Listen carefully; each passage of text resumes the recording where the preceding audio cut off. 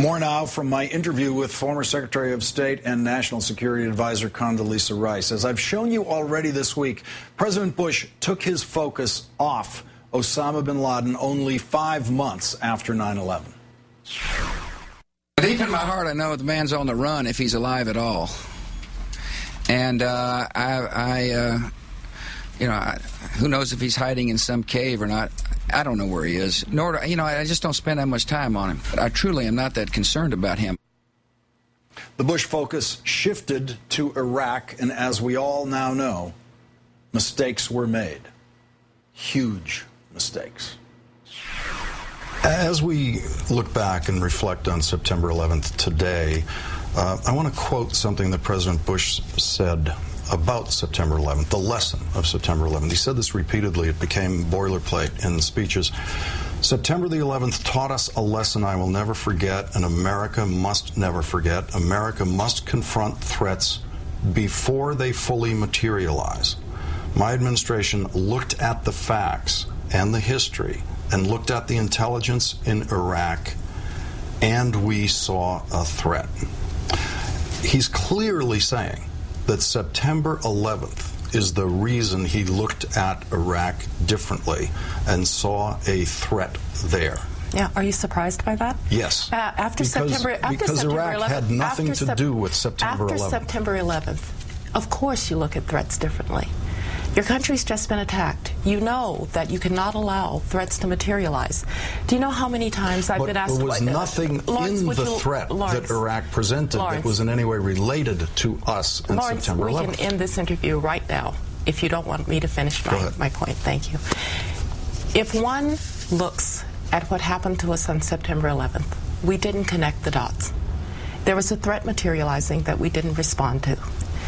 Saddam Hussein had been a threat from the time that he invaded Iran in the late 1980s through the 1991, when in fact he went into Kuwait, dragging us into war. We thought he had reconstituted his weapons of mass destruction. And in a context in which terrorism and weapons of mass destruction was a nexus that we could not allow, we decided that this was a threat that had to be dealt with. 40,000 casualties later in Iraq, 4,400 American military deaths in Iraq later. Would you say that is the single biggest miscalculation that the Bush administration made, that Saddam Hussein had weapons of mass destruction and must be stopped by those military men who went in there and found no weapons of mass destruction? Saddam Hussein was a threat. He had used weapons of mass destruction. But we now know he wasn't a threat. This was not... Lawrence, are we going to do this with my answers or with your commentary? We had not focused on the fact, you have not focused on the fact, that Saddam Hussein had been a threat to the United States of America, to the Middle East, since he invaded Iran. Now, we made the wrong call then, and we supported him against Iran. He then became a more monstrous threat. After 1991, shooting at our aircraft in the no-fly zone that was supposed to be keeping his Air Force on the ground, trying to reconstitute his weapons of mass destruction, breaking out of the sanctions through the scandalous oil for food program. Yes, he was a threat. With or without mature weapons of mass destruction, he was a threat. And nothing of value is ever won without sacrifice. Of course, the lives lost will never be brought back. But in Iraq, that is not a threat to invade its neighbors, not a threat to reconstitute its weapons of mass destruction, not a threat to play Palestinian terrorists as suicide bombers. That's going to be a better Iraq and a better Middle East. And so, in fact, I think that what we did in Iraq will be demonstrated by history to be an important part, an important pillar of a new Middle East. Well, I think history demonstrates that Iraq presented absolutely no threat to the United States whatsoever. And well, that would be a surprise to the 16 Security Council resolutions that called him a threat to international peace and security. Information that would be a surprise. Not true. That would be a surprise. No, no, no. That was on the basis of his invasion of Kuwait and the weapons of mass destruction that were found there in 1991. The weapons inspectors who could not do their jobs and so left in 1998. The attack by President Clinton in 1998 to try to bomb those sites. It would be a surprise to the Kurds who he gassed and the Iranians who he gassed, and the people in the south of his country who he gassed, it would be a surprise to the CIA that considered him a massive threat to international peace and security. I think he was a threat to Kuwait. I think he was a threat to the Kurds. I do not think he was a threat to New Yorkers. Do you think he was a threat to New Yorkers? You obviously have a very different view than the UN Security Council. You obviously have a very different view. To New Yorkers you obviously have a very different. You obviously have a very different view than those people who were flying the no-fly zones, like the soldier who's in my class at Stanford, who was shot at by Saddam Hussein. So you may not view him as a threat. Most of the world did. Most of the world didn't, which is why we couldn't assemble the coalition that we would have liked to assemble to go in there. How many countries? No. I have a question for you. No, I have a question for you.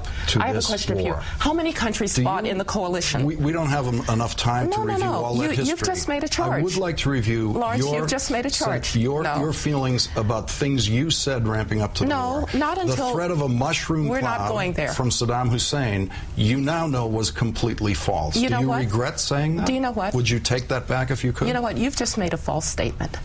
You said we couldn't assemble a coalition. How many countries fought in the coalition in Iraq? And had casualties? How many countries fought? Actually, yeah, how many? Maybe a half a dozen actually fought. Oh, I see. So the Georgians who went there and the Japanese who went there and others. Actually had soldiers firing weapons on the ground? This was not part of the coalition. The people the British and the Australians and the Poles and all of those the Canadians, all of those who ultimately were in Iraq, these were not part of the coalition. Yes, they were. Yeah. So your statement was just false. The mushroom cloud that you were completely wrong about, would you say that was possibly the single worst misstatement by a national security advisor publicly? I said that we could not afford to have it be a mushroom cloud. Where did you think that mushroom cloud would be? Lawrence, you have a bad habit with your guests. You never let them answer a question. Go ahead. Where would the mushroom cloud be? The question was, had Saddam Hussein actually reconstituted his nuclear weapons, or was he trying to? And if you look at the intelligence reporting at the time, it said that he could possibly reconstitute that nuclear capability within a year with foreign assistance, and that he was trying to do it. But we all that was wrong. What I said, he couldn't have reconstituted anything in a year. We know. Why recite things that we know were wrong and have been proven wrong? Because what you know today can affect what you do tomorrow, but what you know today cannot affect what you did yesterday.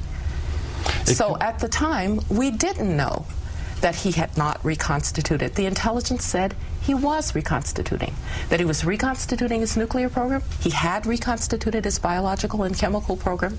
He was shooting at our aircraft. He was a threat to international peace and security. He'd been sanctioned by the UN 17 times on that course. He was a threat. The aluminum tubes that you said were used exclusively for nuclear weapons obviously were not. They were the kind of tubes that were used for rockets. When you say that intelligence indicated that, your White House was using intelligence incorrectly. You were misstating what the intelligence actually was.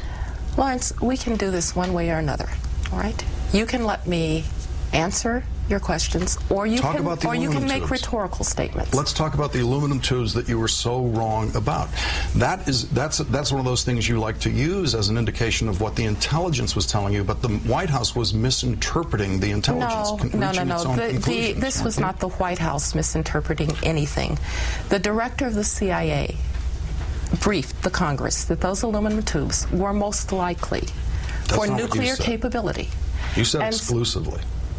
We believed that the tubes, given Saddam Hussein's history, given the long trail of what he was trying to acquire, were for nuclear weapons. Now, you were right. The intelligence turned out to have been wrong. But you know, you don't get up in the morning and say, you know, my intelligence might be wrong. You have to act on the intelligence that you have. And that's the intelligence that we had at the time. When you look at what we now are calling the Arab Spring, and you look at these uprisings against these dictators in the region, would it have been better now, knowing what we all know now, would it have been better to wait and let history catch up with Saddam Hussein in Iraq? Do you think we might have a similar uprising in Iraq today? Saddam Hussein was a threat, and we dealt with the threat. We didn't go to Iraq to bring democracy anymore, that dealing with Adolf Hitler was to bring democracy to Germany. But once there, we felt that we had to help the Iraqi people get to democracy. And it's simply ill-informed and ahistorical to suggest that a dictator as brutal as Saddam Hussein would have allowed an Arab uprising in his country. You're looking at a dictator in Syria put down an uprising. You're looking at a dictator in Libya who has tried to put down an uprising. And if you want to talk about a humanitarian disaster, why did we go into Libya? Because he was about to mow down his own people. He was going to eliminate his own people. He was going to commit genocide against his own people. Saddam Hussein committed chemical warfare against his own people. And I'd really like to have an answer from those who say it was a good thing to intervene humanitarian way in Libya because Gaddafi was killing massive numbers of civilians. Saddam Hussein put 400,000 people in mass graves. He used chemical weapons against Kurds and Shia. If that wasn't a humanitarian reason to intervene, quite apart from the security reasons, I really think people have a lot of explaining to do. But you would grant the style of intervention in Libya and Iraq is totally different. Well, yes, because Libya and Muammar Gaddafi are thankfully not Saddam Hussein. But if you think for 1 minute that you were going to be able to take Saddam Hussein down by mass protests in the streets, then you're clearly ill-informed. We'll never know. Dr. Rice, thank you. Yeah, you're right. We'll never know. But I would have to say anybody who thinks that that's going to happen would have to be pretty ill-informed. That'll be the last word. Dr. Rice, thank you very, very much for joining. You're quite welcome. Thank you. Thank you.